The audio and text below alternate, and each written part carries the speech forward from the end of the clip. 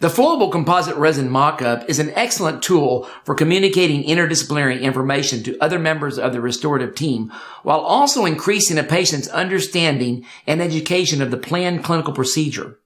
These composite prototypes allow the patient and the restorative team to establish parameters for size, shape, function, lip profile, incisal edge position, and gingival orientation, while eliminating confusion and misunderstanding. This reversible and prepless technique can be used by the interdisciplinary team as a diagnostic guide for establishing and developing the final restorative and aesthetic parameters. In some cases, these transitional restorations can be worn for months or even years by patients during interdisciplinary treatment. This process can be performed intraorally without the need for anesthesia. A clear vinyl polysiloxane impression material can be used to replicate the diagnostic wax-up. The matrix can be placed intraorally and used as a transfer vehicle for the flowable composite to be injected and cured. After adjustment and polishing procedures are completed, the transitional restorations can continue to be modified to satisfy the functional and aesthetic needs of the patient and the interdisciplinary team. And now I would like to share with you this technique utilizing a new next-generation flowable composite, Genial Universal Flow. The following presentation demonstrates the restorative management of two size discrepancies for the orthodontic patient utilizing this technique. An 11-year-old patient presents with a two-size discrepancy in the maxillary anterior segment. During orthodontic and restorative evaluation, it was discussed with the patient the importance of improved oral hygiene and the significance of achieving specific space requirements so the orthodontist could position the teeth in the most optimal restorative position. It is important that the appropriate and anticipated result be decided prior to the placement of the orthodontic appliances. This enables the orthodontist to position the teeth in a way that will facilitate the desired restorative treatment with a minimal preparation requirement. After review with the patient and orthodontist, a diagnostic wax-up is designed to modify the size and shape of the maxillary laterals. This wax-up allows the team to evaluate form and function, and if this wax-up is precise, it can be translated using this indirect-direct flowable composite resin technique for an immediate visualization by the patient and the restorative team. A diagnostic wax-up is created to change the size and the shape of the maxillary laterals. A non-perforated clear plastic tray is sized to the diagnostic model. A uniform thickness of the impression material in the tray provides dimensional accuracy and stability. I place the diagnostic model into a beaker of water for 5 minutes prior to making the impression, and soaking the stone model facilitates its removal from the impression.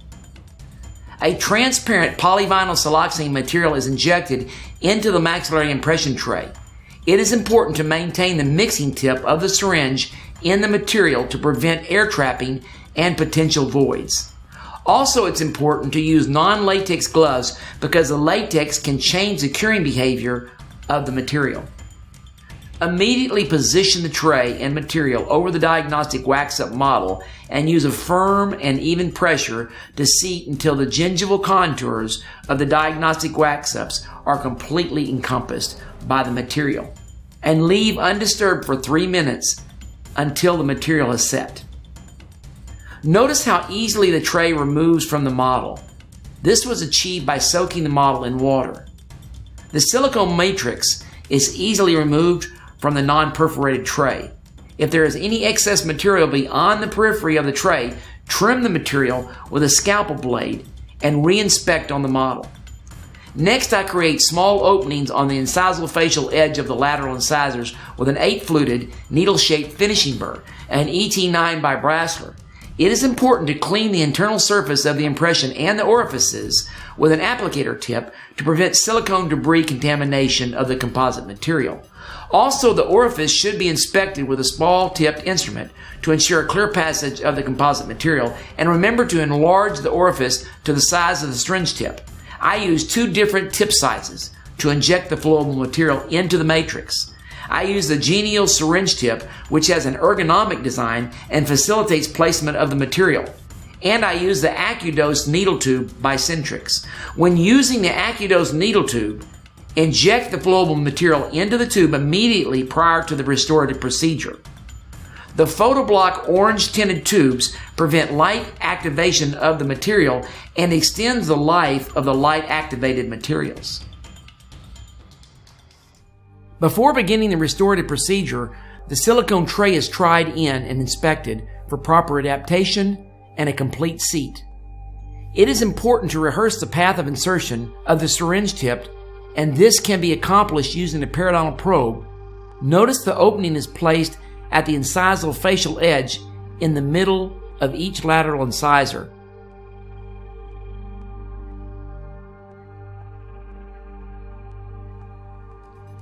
After radiographic evaluation, a shade comparison and determination is performed prior to the restorative procedure. The caries is removed with a number 2 high-speed round burr, which produces rounded line angles. The outline form should be as conservative as possible without removing healthy tooth structure unless dictated by caries.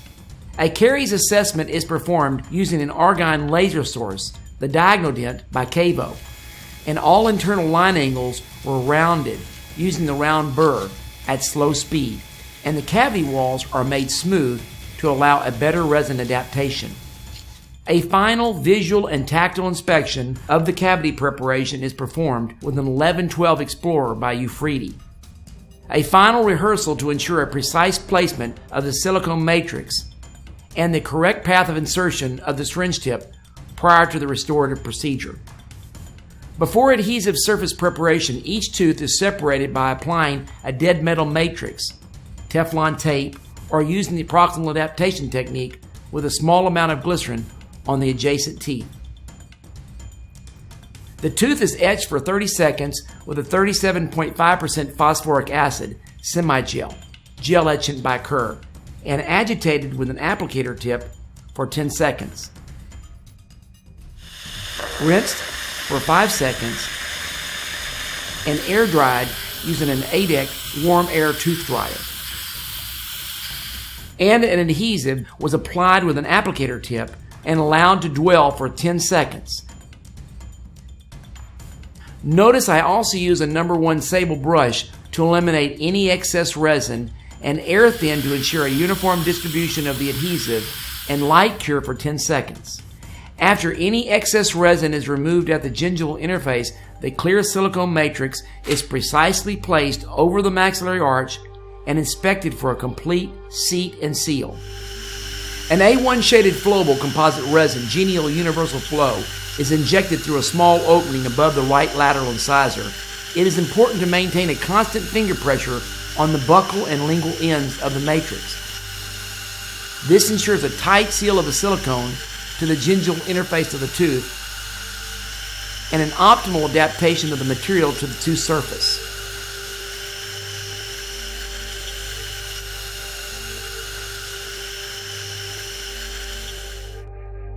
And the composite resin is light cured through the clear resin matrix for 40 seconds from the facial and 40 seconds on the occlusal lingual. The clear silicone matrix is removed. Notice the optimal biointegration of the flowable material with the tooth structure. And the excess polymerized composite resin is removed with a scalpel blade, a number 12 BD Bard Parker. It is important to prevent tissue laceration, and if necessary, an 8A instrument or a Zerka can be used to gently reflect the gingiva. The same procedure is accomplished on the maxillary left lateral incisor. The caries is removed with a number 2 high-speed round burr, which produces rounded line angles. This allows for a better resin adaptation since all internal line angles are rounded and the cavity walls are made smooth. After the adhesive procedure is completed, the clear silicone matrix is again placed over the maxillary arch and inspected for proper adaptation, seal, and for a proper path of insertion for the flowable material. An A1 shaded flowable Genial Universal Flow is applied with the syringe tip. Notice the controlled fluidity that comes from the thixotrophic property of this material.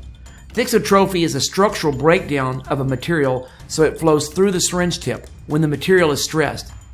And then the hydrogen bonding restructures and it becomes more viscous. Also, by maintaining a constant finger pressure on the buccal and lingual ends of the matrix, an optimal adaptation of the material to the tooth surface can be accomplished. The excess is expressed with this pressure and the residual material is removed using an M1 ball-tipped instrument by American Eagle. Continue to apply firm pressure and light cure from the incisal and facial aspect for 40 seconds. The clear polyvinyl siloxane material can be used as a matrix to cure composite resin because these materials have no opaque fillers. Although no studies report a decrease in polymerization, it is recommended to use a high-intensity curing light and to post-cure without the matrix in place. The silicone matrix is gently removed, and notice the composite sprue is removed with the tray.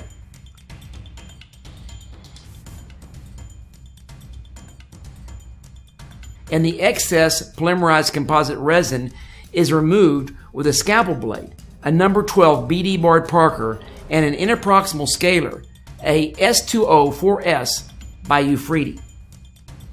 The composite sprue is removed and the incisal edges of the laterals are contoured with a 30-fluted pyramidal-shaped finishing burr, an H274 by Brasseler. The shape of this instrument facilitates finishing because it follows the anatomical contours of the facial and lingual of the incisors.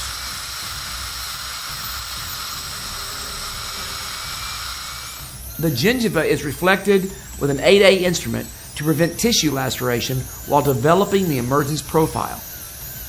A short tapered diamond finishing burr, a DET3 by Brasseler, is used to finish the tooth restorative interface and maintain the natural anatomic contour of the tooth. It is important to use a dry protocol to visualize the tooth structure and the gingival margin area. An ideal contour and surface finish maintains the biological balance at the gingival interface. Notice the optimal emergence profile that was developed in the initial wax-up and the marginal integrity at the interface. The gingival and facial region is smoothed and polished with a high-shine silicone hollow cup using the high-luster polishing system by Kerhave. Polishing of the facial surfaces is accomplished with a high-shine silicone point using the high-luster polishing system by Kerhave. A loose abrasive diamond composite polishing paste and a goat hair wheel are used at slow speed, approximately 4,000 to 6,000 RPMs, to impart a high surface luster. The composite surface gloss can be further enhanced by using a dry cotton buff with an intermittent staccato motion at slow speed, approximately 4,000 to 6,000 RPMs. On the incisal fracture of the maxillary right central, the same restorative shade and biomaterial is utilized. A scalloped chamfer preparation is placed several millimeters in depth around the entire cavity using a 30-micron tapered diamond burr, a DET3 by Brasseler. A 37.5% phosphoric acid semigel, gel etchant by Kerr, was placed on the preparation and several millimeters beyond the anticipated restorative margin for 15 seconds, rinse for 5 seconds, and air dried with an ADEC warm air tooth dryer for 5 seconds. An adhesive is applied to the enamel and dentin surfaces with a number 1 sable brush and dried for 5 seconds using an ADEC warm air tooth dryer and light cured for 10 seconds. An A1 shaded flowable genial universal flow is applied, sculpted, and smoothed to an ideal anatomical contour. Notice the stability of the material on the brush tip. This characteristic allows precise placement. And light cure the material for 40 seconds. The initial polish of the incisal and facial surfaces is accomplished with a high-shine silicone point using the high-luster polishing system. The definitive polish and surface reflectivity is accomplished with diamond polishing paste and a soft white goat hair brush. The final polishing surface gloss is achieved by using a dry cotton buff with an intermittent staccato motion. The occlusion is inspected with the patient in an upright position, in centric occlusion, and inspected for any prematurities.